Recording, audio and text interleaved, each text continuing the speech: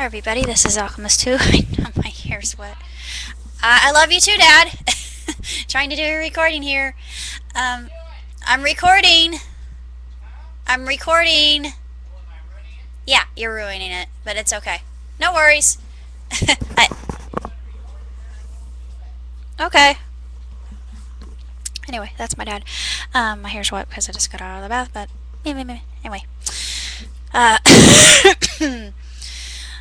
friend of mine and I went to see This Means War Valentine's Valentine's Day because neither of us have dates. But anyway, uh, the trailers actually make it look a lot better than what it actually is. As far as combining the genres of romance and comedy and action adventure, I think that Date Night does a far superior job, in my opinion. And the only things I really liked about the movie were the first scenes where they have a lot of action and fighting, um, shots fired from guns blazing, just your typical spy thriller stuff. Um, and of course, the car chase scenes were really incredible. And the scene in the Camaro was tops. I really enjoyed that, being a car fan. Um, but beyond that, this movie could have been so much better, and it was a little bit too bawdy for my tastes. And honestly, I just didn't care for that. I like humor, but there are just certain types of humor that I don't really enjoy. And I'm actually hard to insult. And there were a lot of things that actually did insult me, including a lot of stereotypes. There were a lot of stereotypes about Tuck, and having some British heritage, I was a little bit insulted by that. Because honestly, and no offense to my American brothers, but a lot of Brits are just more charming than Americans. Let's just face it. Um, uh, there were some. Actually, there was a scene with the main love interest and the main female character where they were at a movie store renting videos, and she was talking about different women renting videos. There's a woman that was renting foreign films, and she says, "Oh, she looks like she has a lot of angst." Uh, that's not entirely true about those of us who enjoy foreign film. Uh, and then there was another woman who was picking out animated films, which I also do.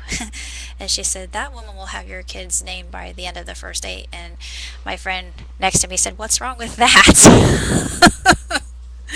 I didn't think there was anything wrong with that. Maybe in normal circumstances that might be a tad creepy, but I thought, well, that would actually be kind of sweet. But there were just so many things that I thought went against logic and common sense as far as how, well, I'm old fashioned. Maybe I don't know that much about how people choose romantic partners, but it has to do with chemistry, for one thing, a physical connection. Uh, Conversation is also a good point. And she chose the one I really didn't want her to choose, but the other character had um, divorced, and he had a family of his own. And small spoiler alert, they get back together in the end. It doesn't lead you to believe whether they were remarried or not, but there's a happy ending for them.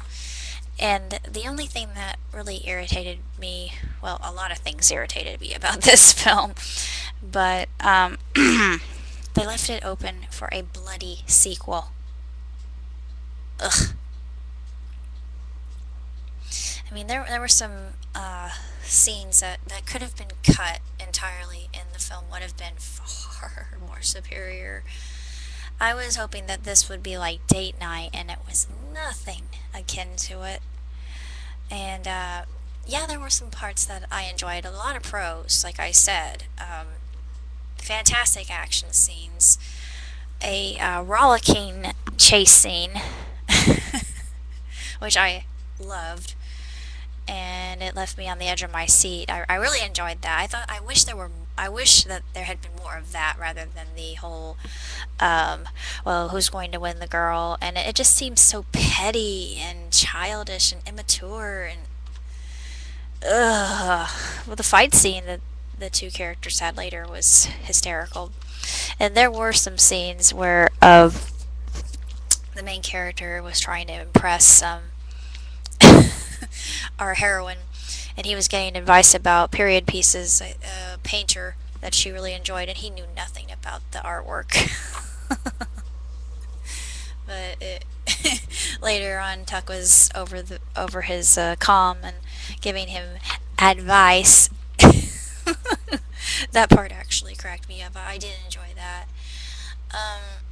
But as far as films are concerned, uh, I would avoid this one. Wait until it comes out on DVD. It's not worth your time and spending $15 just to see it. If you can see a matinee, it's maybe worth your while. But for the action scenes, the fight scenes, and the car chase scene alone, it redeems itself in a way, but not entirely, because some of the writing is uber cliche, and it's just so mind-numbingly irritating. There were scenes that just felt myself nearly throw up in my throat because I was so disgusted. But I mean, lines and the visuals that I had thinking about those lines, and I thought, ugh, did they really have to mention that? But eh, it could have been so much more.